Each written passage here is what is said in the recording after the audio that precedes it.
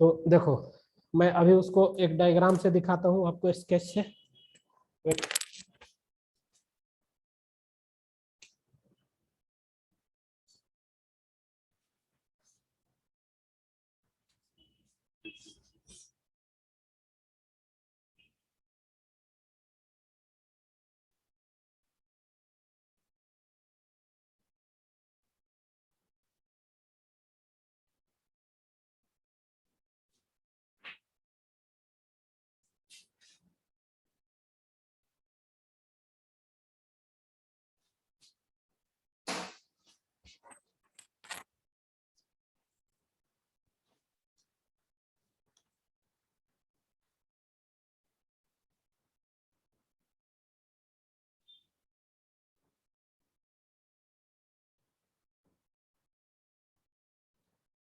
चलो मैं video on करता हूँ।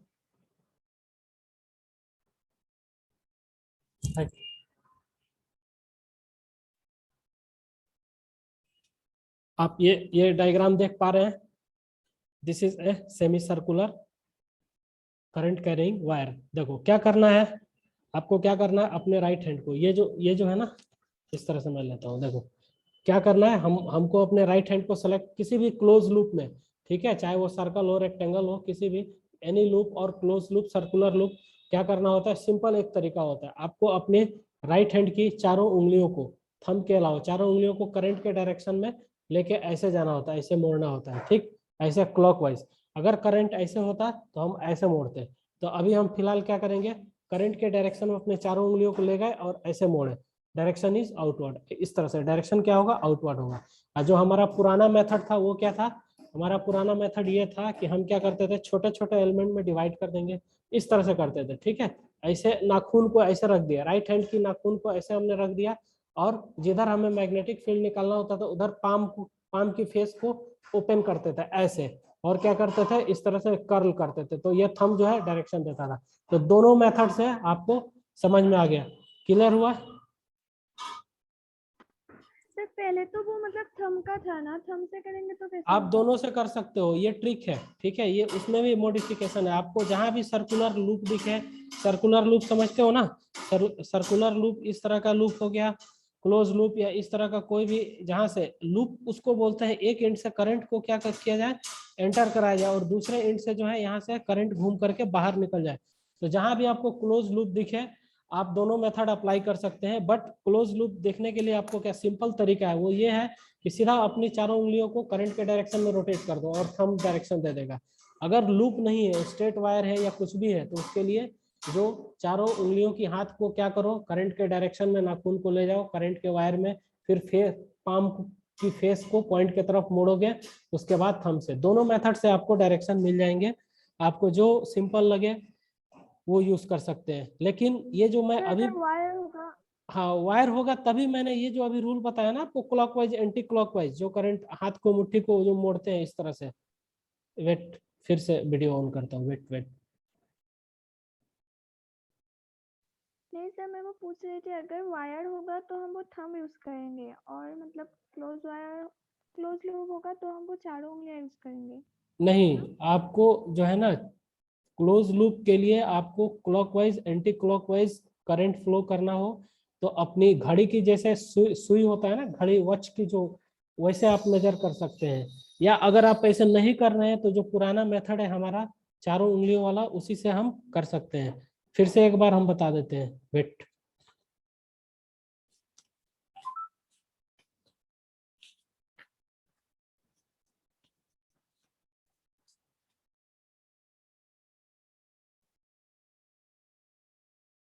देखो ये वायर है हमारा, ठीक है, इस तरह से, दिस इज ए वायर।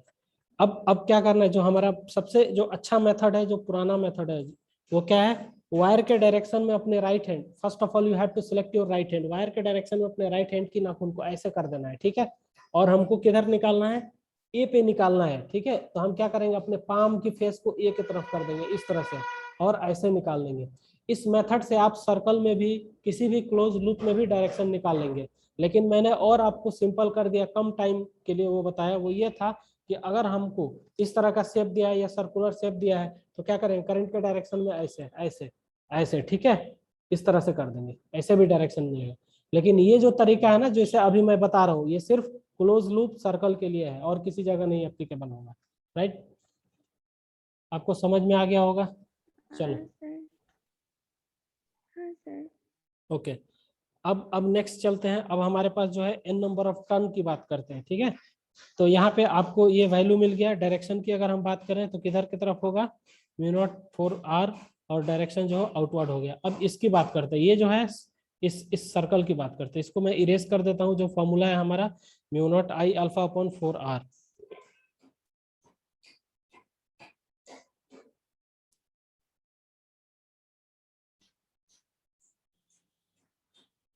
इसको मैं इरेज कर देता हूँ। देखो एक बार फिर से इसको हम करते हैं। देखो ये क्या है, ये हमारा एक सर्कल है। ये जो सर्कल है, इसमें अल्फा की वैल्यू कितना होगा, ठीक है, बताओ। अल्फा इज इक्वल टू, इसमें कितना हो जाएगा, यहाँ से अगर हम रेफरेंस से मेजर करें किसी भी एक पॉइंट पर जो एंगल होता है वो 2 पाई आर, तो 2 पाई हो जाता है, ठीक है। अल्फा इज इक्वल टू, इसमें सर्कल के केस में क्या होगा, 2 पाई हो जाएगा। और जो हमारा फॉर्मूला था, वो फॉर्मूला क्या था, किसी भी सेमी सर्कुलर आर्क के लिए क्या था, म्यू म्यू आई अल्फा अपॉन 4r। तो बी बराबर, पी फॉर सर्कल क्या हो जाएगा, mu not I alpha upon 4 pi R. अब इसमें एक और टर्म जोड़ा हुआ है, N number of terms. Terms जो है एन एन दे रखे हैं, तो हमको क्या करना पड़ेगा, ये जो बी था हमारा, ये जो डिफाइन हुआ था, ये सिंगल टर्म के लिए है, ठीक है। अगर क्वेश्चन में हमको एन नंबर ऑफ टर्म्स दे दे, 5 टर्म्स दे दे, 10 नंबर ऑफ टर्म्स, टर्म्स समझते हैं हम, समझा देंगे और भी आगे, टर्म्स दे दे, घुमाओ जिसको इस तरह से, टर्न्स कुछ इस तरह से होता है, ऐसे ऐसे ऐसे, इस तरह से, दिस इज द टर्न, ठीक है, इस तरह से होता है। तो यहाँ पे हम क्या करेंगे, सबसे पहले एक टर्न के लिए जो हमारा फॉर्मूला है उसको अप्लाई करेंगे। तो mu not I, right, I as it is, और अल्फा की जगह क्या रखेंगे, 2 pi, okay, upon 4 pi R, इस तरह से। देखो यहाँ से पाई कैंसिल हो गया, ये 2 से ये 2 कैंसिल हो गया, राइट। अब हमको जो बी मिल रहा है, वो बी इक्वल टू क्या मिल रहा है हमको, mu naught I upon 2r, ठीक है, ये वैल्यू मिल रहा है। और जो टर्न है, वो टर्न कितना है, n है, तो n से यहाँ मल्टीप्लाई कर देंगे। तो हमको जो फाइनल रिजल्ट मिल रहा है वो क्या मिल रहा है, यहाँ से मैं लिख देता हूँ सर्कल के लिए, b is equal to n mu not I upon 2r, ठीक है। इस तरह से ये वैल्यू मिल रहा है। डायरेक्शन कोई बताएगा, डायरेक्शन किधर की तरफ होगा, डायरेक्शन आउटवर्ड होगा, राइट। आउटवर्ड। हाँ ओके, आपको ये चीज समझ में आ गया। अब थोड़ा सा और हम क्वेश्चन की लेवल को बढ़ाते हैं, ठीक है। क्वेश्चन आप लोग कम से कम नोट करते जाना, क्वेश्चन आपको मिल जाएगा, फिर भी आप नोट करना, ठीक है। अब कुछ अलग टाइप के क्वेश्चन करते हैं, एक बार ठीक। आगे दिखा दीजिए ना। क्या डाउट हुआ आपको, सर हेलो। आगे का पेज दिख दीजिए ना। अच्छा पेज, वेट वेट, सर वो हाँ।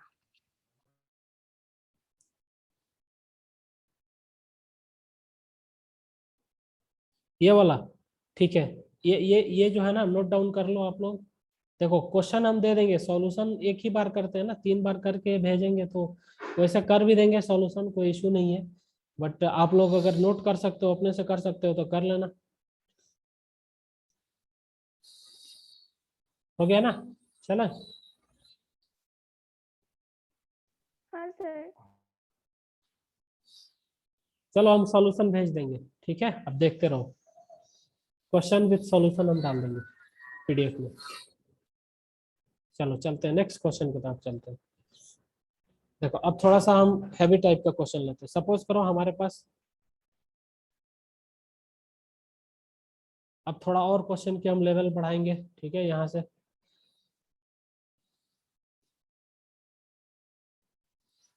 इस तरह के क्वेश्चन है, सपोज करो हमारे पास कोई एक हेक्सागोन है, यहाँ पे ये रेगुलर हेक्सागोन है।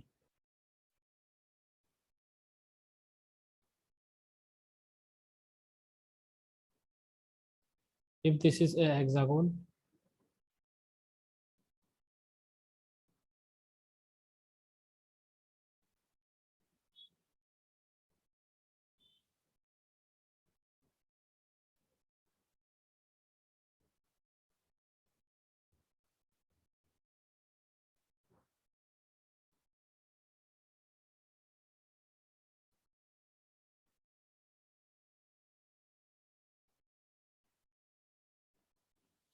ये क्या है, एक रेगुलर हेक्सागोन है, यहाँ पे क्या है, पॉइंट ओ है। This is a regular hexagon, regular hexagon.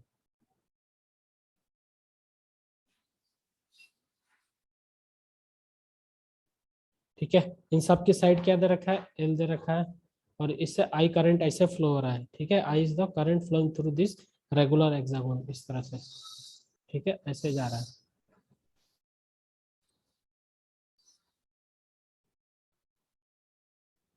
इस तरह से जा रहा है I current, this I current is moving in such way. ठीक है, हमको क्या करना है, इस पॉइंट ओ पे, इस ओ पे हमको क्या निकालना है, we have to find out the magnetic field. ठीक है, इसमें find magnetic field,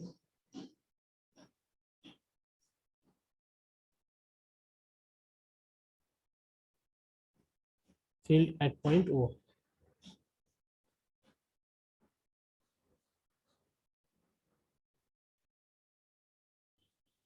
point O पे हमको क्या निकालना है, मैग्नेटिक फील्ड। ठीक है, तो आपको कैसे करेंगे आप इस क्वेश्चन को, देखो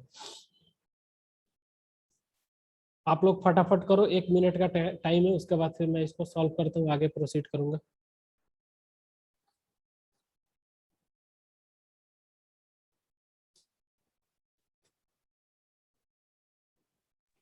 sir 3√3 mu not I divided by 2 pi L आएगा क्या? फिर से बताओ answer. √3 3√3 mu not I divided by 2 नहीं, पाई एल। आंसर आपका जो है वो है √3 mu not I. Mu not I by pi L होगा क्या? हाँ, pi L, yes, this is the answer. ठीक है, ये आंसर है आपका। देखो इसमें प्रॉपर्टी यूज होगा, आपको सबसे पहले क्या करना पड़ेगा, इसकी जो डिस्टेंस होती है ना, ये ओरिजिन से, ये जो हेक्सागोन है रेगुलर हेक्सागोन है, रेगुलर हेक्सागोन की प्रॉपर्टी ये होती है कि सारे साइड्स क्या होते हैं, इक्वल होते हैं, फर्स्ट थिंग्स। और सेंटर से जो डिस्टेंस होता है ना, सारे एंड को जो हम मिलाते हैं कुछ इस तरह से। ठीक है, ऐसे अगर हम इसको ऐसे मिला दें,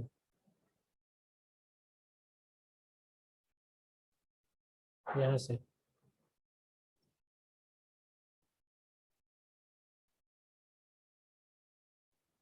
इस तरह से इसको भी ऐसे हम मिलाएंगे।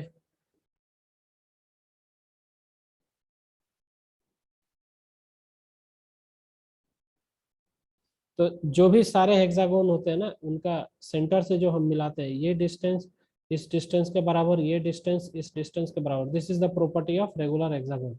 ठीक है, और यहाँ पे भी साइड होगा, ये भी हो जाएगा। तो देखो, और ये एल है, तो ये लेंथ, ये लेंथ, ये एक इक्विलेटरल ट्रायंगल की तरफ फॉर्म हो जाता है। जितने भी ट्रायंगल इसमें बनते हैं वो सारे क्या हो जाते हैं, रेगुलर हेक्सागोन के केस में इक्विलेटरल ट्रायंगल हो जाता है। तो ये साइड क्या है, एल है, तो ये एंगल कितना हो जाएगा, 60 डिग्री, ये एंगल 60 डिग्री, राइट।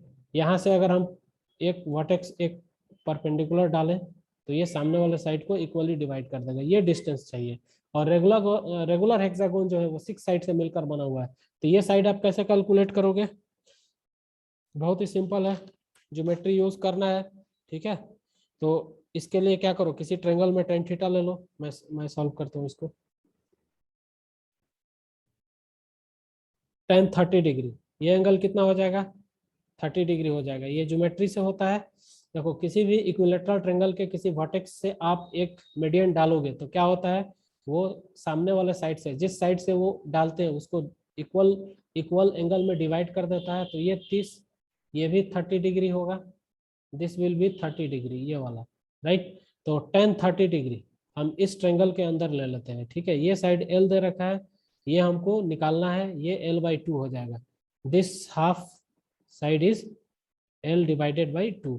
तो tan 30 degree is equal to हम क्या लिखेंगे यहाँ पे, l/2 अपॉन d, और इस डिस्टेंस को मैं क्या मान लेता हूँ, d मान लेता हूँ। यहाँ पे कुछ ऐसे है, ये हमारा साइड हो गया, यहाँ पे पॉइंट है O, और यहाँ से ये डिस्टेंस जो है हमको d कैलकुलेट करना है, और इस तरह से दे रखा है ये। ठीक है, this is l, this is l, और ये एंगल दे रखा है हमको 30 डिग्री, राइट।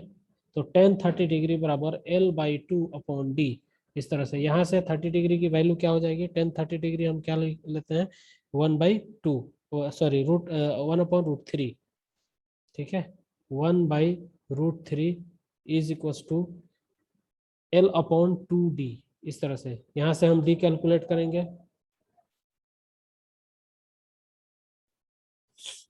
देखो यहाँ से हम क्या कैलकुलेट करेंगे, D कैलकुलेट करेंगे। तो D की जो वैल्यू आएगी वो क्या आ जाएगा हमारे पास, D equal to √3/2L। D is equal to √3L, √3L/2। This will be the value of D। √3L/2 is the value of D। अब देखो D हमको निकल गया। अब जितने भी इसमें सेक्टर है, सेगमेंट है, ये फर्स्ट साइड है, सेकंड साइड है, थर्ड साइड है, सारे साइड की जो मैग्नेटिक फील्ड ऊपर निकालोगे उसकी मैग्नीट्यूड क्या होगी, सेम होगी, और सबके डायरेक्शन क्या होते हैं क्लोज लूप में, सेम होते हैं। तो हमने जो कैलकुलेट किया करेंगे हम, देखो बी नेट बराबर क्या लिखेंगे, B net is equal to 6 time into B naught, और बी नॉट कैलकुलेट करेंगे। एक फाइनाइट वायर के लिए बी नॉट क्या होगा, mu not I upon 4 pi D into sine alpha. Sine alpha क्या ले लेंगे हम, 60 और 60, ठीक है, sine 60 degree plus sine 60 degree, दोनों केस में अल्फा और बीटा क्या हो जाएगा 60 और 60। यहाँ से जो v की वैल्यू आएगी, देखो यहाँ से क्या लिखेंगे, म्यू नॉट आई, और इधर से हमको मिलेगा √3/sin60, √3/2 प्लस √3/2, यहाँ से ये, और अपॉन में जो वैल्यू b की मिलेगी हमको 4 pi, and d is equal to L/2D, sorry यहाँ से d इक्वल टू √3L/2।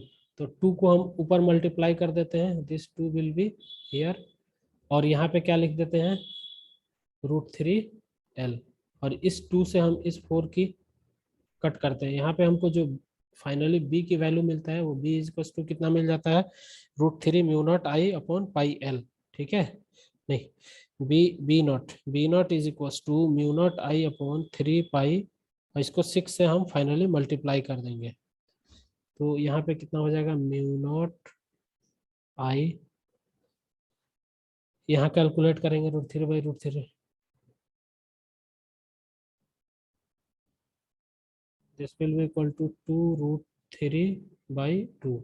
ये 2 से ये 2 कैंसिल हो गया, अपॉन में यहाँ से कितना बचेगा हमारे पास, 2 पाई√3L, ठीक है, 2 पाई√3L। यहाँ से ये फिनिश हो जाएगा। कुछ कैलकुलेशन मिस्टेक हो रहा है यहाँ पे। सर साइन 30 में 30 नहीं होगा होगा सर क्या? वो। अच्छा साइन साइन 30 होगा। अच्छा अच्छा साइन हाँ। 30 होगा, हाँ राइट हाँ राइट, sin हाँ 30 होगा। ओके ओके 1/2 हो 60 जाएगा। ले रहे थे। ओके ओके मैंने गलती कर दिया, चलो ये 1/2 ले लेंगे यहाँ पे, ठीक है, और बाकी आप लोग कैलकुलेशन कर लेना, इसमें कुछ नहीं है, बस मेथड समझ में आनी चाहिए। देखो यहाँ पे मैं क्या करूँगा, 1/2 ले लूँगा, this will be equal to 1/2 plus 1/2। तो फाइनल जो आपका रिजल्ट आएगा ना बी नेट का, B net is equal to कितना आ जाएगा, आंसर आपका √3 अपॉन पाई एल, यहाँ पे आई हो जाएगा। अब एक क्वेश्चन लेते हैं जो उसमें जरा इंटीग्रेशन का यूज होगा, जेई वालों के लिए खासकर है। देखो एक क्वेश्चन है हमारे पास कुछ इस तरह का, एक कोई स्पाइरल दे रखा है, राइट, इस तरह से, मैं पेन चेंज करूँ, एक स्पाइरल हमको दे रखा है, इस तरह से स्पाइरल है,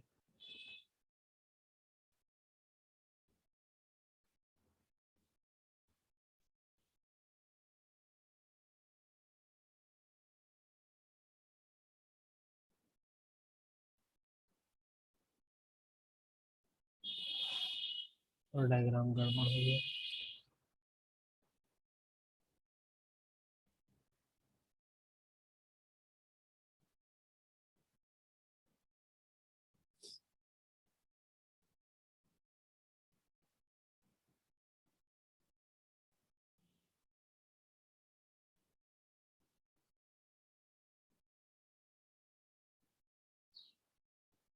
इस तरह से कोई एक स्पाइरल है, राइट। और इस स्पाइरल के अंदर जो है हमको दे रखा है दिस इज द सेंटर, ठीक है।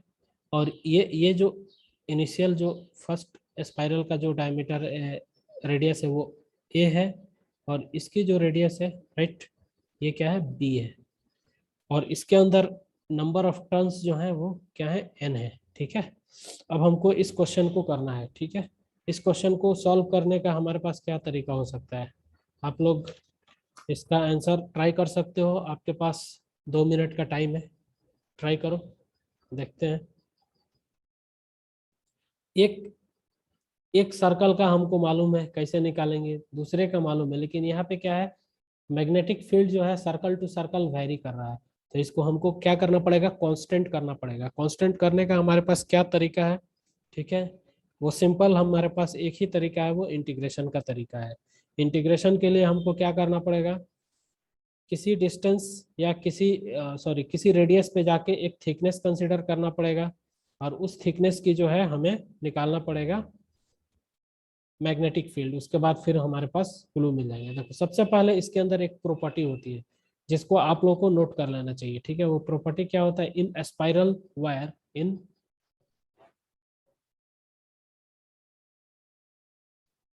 स्पाइरल वायर में क्या होता है, the number of turns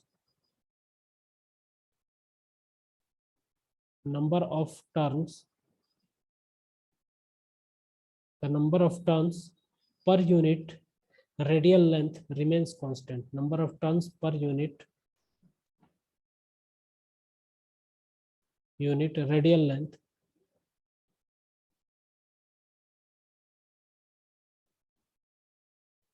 remains constant.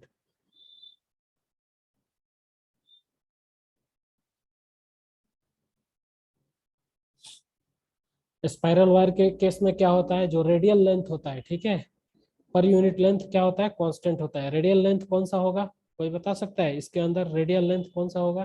देखो रेडियल लेंथ क्या हो सकता है, ये जो रेडियस है यहाँ से यहाँ तक, ठीक है, ये मैंने जो लिखा हुआ है बी, ठीक, ये बेसिकली बी जो है ना, ये यहाँ से यहाँ तक है, this B is from here. तो रेडियल लेंथ जो होगा ना इसके अंदर, रेडियल लेंथ रेडियस के डायरेक्शन में होता है, रेडियल डायरेक्शन में होता है, वो हो जाएगा हमारे पास b minus A, this will be the radial length. और इसका जो कॉन्सेप्ट होता है, ठीक है, वो ये होता है कि radial length per unit length remains constant, यानी टर्न जो होता है ना स्पाइरल वायर में, per unit length radial length जो होता है वो कांस्टेंट होता है। तो सपोज करो b माइनस ए, ठीक है, रेडियल लेंथ में कितना टर्न है, यहाँ पे हमारे पास बहुत सारे टर्न है, n टर्न है, लेट सपोज। तो यूनिट लेंथ में कितना टर्न होगा, तो यूनिट लेंथ में टर्न कैसे निकालते हैं, यूनिट लेंथ में जो टर्न होगा n upon B minus. Sir answer Allen में आएगा क्या? ये इसका आंसर आपका एलन में नहीं आएगा, हाँ एलन में ही आएगा, ठीक है, आपने कर लिया हुआ है, ये याद है answer. Sir I mu not N by 2 हाँ ln B divided by A. Okay, I mu not N upon 2b minus A ln b by A, ठीक है। हाँ सर, हाँ आपने सर। आपने कैसे किया हुआ है, सॉल्यूशन मुझे व्हाट्सअप कर सकते हैं, हाँ सर। ओके, मुझे अभी सेंड कर दो, अगर कर लिया तो मैं चेक करता हूँ। वैसे मैं इसको प्रोसीड करता हूँ बाकी लोगों के लिए, और लोगों का हुआ होगा कि नहीं, नहीं हुआ। देखो ये आप आंसर ला दिए हो, बहुत अच्छी बात है, लेकिन स्टेप्स एक बार देखो, स्टेप देखोगे तो उससे ये आपको फायदा होगा ना कि आपको कुछ चीजें जो मिसिंग होंगी या कुछ चीज नई सीखने को मिल जाएंगी, ठीक है। तो यूनिट लेंथ के लिए जो नंबर ऑफ टर्न्स होता है n अपॉन रेडियल लेंथ, वो कांस्टेंट होता है, ठीक है, ये आ गया, ठीक। अब हमको क्या करना पड़ेगा, ये यूनिट लेंथ के लिए हमने टर्न्स कैलकुलेट कर लिए, ठीक है, इतना।